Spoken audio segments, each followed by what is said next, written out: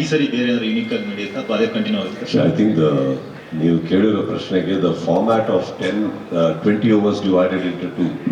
I think it's a rare format which CCL has come out and I think ತುಂಬ help ಆಗ್ತದೆ. ಅದು ಸ್ಟ್ರಾಟಜೈಸಿಂಗ್ ಮಾಡೋಕ್ಕೆ help ಆಗ್ತದೆ. ನನಗೆ ಪರ್ಸನಲ್ ಆಗಿ ಫಾರ್ಮ್ಯಾಟ್ ತುಂಬ ಇಷ್ಟ ಆಗಿದೆ ಏನಕ್ಕಂದರೆ ಈಕ್ವಿಟಿ ಇದೆ ಟೀಮಲ್ಲಿ.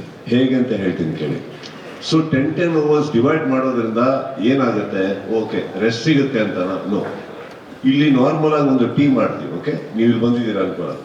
ಈಗ ಫಾರ್ ಎಕ್ಸಾಂಪಲ್ ಒಂದು ಇಂಡಿಯನ್ ಟೀಮ್ ನೋಡಕ್ ಬಂದಿದ್ದೀರಾ, ನಿಮ್ದೊಂದು ಯಾವುದೋ ಫೇವ್ರೆಟ್ ಪ್ಲೇಯರ್ಸ್ ಇರ್ತಾರೆ, ಅದರಲ್ಲಿ ಒಂದು ಅವಕಾಶ ಸಿಗುತ್ತೆ. ಅವ್ರು ಔಟ್ ಆಗ್ಬಿಟ್ರೆ ಮತ್ತೆ ನೆಕ್ಸ್ಟ್ ಮ್ಯಾಚ್ ವರೆಗೂ ಕಾಯ್ಬೇಕು ತಾವು. ಕರೆಕ್ಟ್. ಇಲ್ಲಿ 2 ಆಪರ್ಚುನಿಟಿ ಸಿಗುತ್ತೆ. ನಿಮ್ಮ ಫೇವ್ರೆಟ್ ಆಕ್ಟರ್ ಹೀರೋ ಯಾರು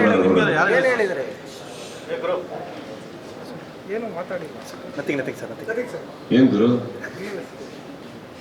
ಓಕೆ, ಇದರಲ್ಲಿ ಇನ್ನೊಂದು ಈಕ್ವಿಟಿ ಅಂತ ಏನಕ್ಕೆ ಹೇಳಿದೆ ಅಂದ್ರೆ 11 ಜನದಲ್ಲಿ ಒಂದು 4ರಿಂದ 5 ಬ್ಯಾಟ್ಸ್ಮನ್ ಇಂಪಾರ್ಟೆಂಟ್, ಒಂದು 3ರಿಂದ 4 ಬೌಲರ್ಸ್ ಇಂಪಾರ್ಟೆಂಟ್ ಆಗ್ತಾ ಇತ್ತು 20 overs ಫಾರ್ಮ್ಯಾಟ್. ಇದರಲ್ಲಿ ಹೇಗಿದೆ ಅಂದ್ರೆ ಪ್ರತಿಯೊಬ್ಬರು ಇಂಪಾರ್ಟೆಂಟ್ ಆಗ್ತಾರೆ. ಹೇಗಂದ್ರೆ ಫಸ್ಟ್ ಇನ್ನಿಂಗ್ ಅಲ್ಲಿ ಈಗ I don't know whether you are sure, I will just explain the format.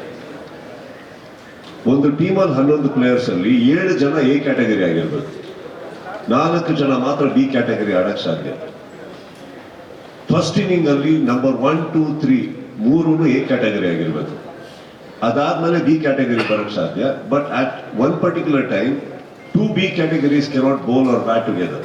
There has to be 1 A category together. Okay, ಇನ್ನೊಂದು ಬ್ಯೂಟಿಫುಲ್ ಏನಂತಂದ್ರೆ ಫಸ್ಟ್ ಇನ್ನಿಂಗ್ ಅಲ್ಲಿ ಯಾರು 3 ಜನ ಓಪನಿಂಗ್ ಬರ್ತಾರೋ ಸೆಕೆಂಡ್ ಇನ್ನಿಂಗ್ ಅಲ್ಲಿ ಬರೋಂಗಿಲ್ಲ. ಸೆಕೆಂಡ್ ಇನ್ನಿಂಗ್ ಬೇರೆಯವ್ರು ಬರಬೇಕು. Same thing with the bowling also.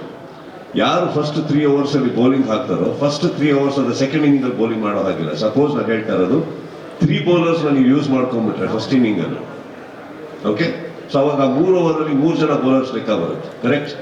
So those 3 bowlers cannot bowl in the first 3 overs of the second inning. So there is a huge competition here and a strategy. ನೀವು ಹೇಗೆ ಬಳಸ್ಕೊತೀರ ಒಬ್ಬ player. For example ನಾವು ಈಗ ರಾಜೀವ್ ಅನ್ಕೋಣ. Okay, I am just taking his name. ಒಬ್ಬ tough hitter ಅಂದ ತಕ್ಷಣ ಸೆಕೆಂಡ್ ಇನ್ನಿಂಗ್ ಅವ್ರು ಓಪನ್ ಹೋಗಂಗಿಲ್ಲ. He has to come second inning ಅಲ್ಲಿ ಬೇರೆ ಆರ್ಡರ್ ಅಲ್ಲೇ ಬರ್ಬೇಕು. ಸೊ ಅದು ಟ್ಯಾಕಿ ಇರುತ್ತೆ, ಸ್ಟ್ರಾಟಜೈಸ್ ಮಾಡಬೇಕಾಗುತ್ತೆ. ಅಂಡ್ ಇವಾಗ ಇಮ್ಯಾಜಿನ್ ಮಾಡ್ಕೊಳ್ಳಿ, bowlers if you run out of bowlers for example next silent ಆಗಿರೋ ಕೇಳಲಿ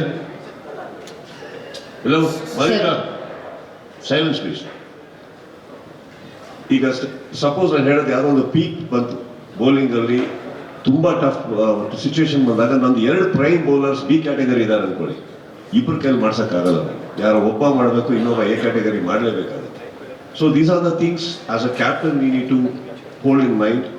ಆ್ಯಂಡ್ ದಿಸ್ ಒಂದು ಬೇರೆ ಸ್ಟ್ರಾಟಜೀಸ್ ಬರುತ್ತೆ ಗೇಮ್ಸ್. ಆ್ಯಂಡ್ ಇದರಿಂದ ಏನಾಗ್ತದೆ ಅಂದರೆ ಪ್ರತಿಯೊಬ್ಬರು ನಮ್ಮ ಟೀಮಲ್ಲಿ ಇಂಪಾರ್ಟೆಂಟ್ ಆಗ್ತಾರೆ. ಈಗ ಇವ್ರ ಕೈಲಿ ಅವ್ರ ಕೈಲಿ ಇವ್ರು 3 ಜನ ಬೌಲರ್ ಸಾಕು, ಈ 3 ಜನ ಬ್ಯಾಟ್ಸ್ಮನ್ ಸಾಕು, ಆ ಥರ ಬರೋದಿಲ್ಲ. It is very important. Everybody needs to practise. For example ನಿಮ್ಗೆ ಹೇಳಿದೆ ಫಸ್ಟ್ 3 ಯಾರು ಈ ಸತಿ ಬ್ಯಾಟಿಂಗ್ ಮಾಡಿರ್ತಾರೋ ಆ 3 ಅಲ್ಲಿ ಬರೋಂಗಿಲ್ಲ ಸೆಕೆಂಡ್ ಇನ್ನಿಂಗ್ ಅಂದ್ರೆ ಆ 3 ಜನ ಯಾರು ಬೇಕಾರಾಗಿರ್ಬೋದಲ್ಲ. Again they have to practice. They have to practice equally and we have to give them the same importance. They have to have the same fitness. So I think this format is something which is giving an equity to all the players. So ಯಾರು ನಾನು ಸುಮ್ಮನೆ ಇದ್ದೀನಿ ಟೀಮಲ್ಲಿ ಅಂತ ಅನ್ಸಕ್ಕೆ ಸಾಧ್ಯ ಇಲ್ಲ. Everybody I become very important. So I think I really love this. And again, what more, you will ಬಂದ್ರೆ you are getting to see your favorite actor once again in the second inning. Suppose he just fails, you are getting an opportunity again. So I think that's a very beautiful thing, no?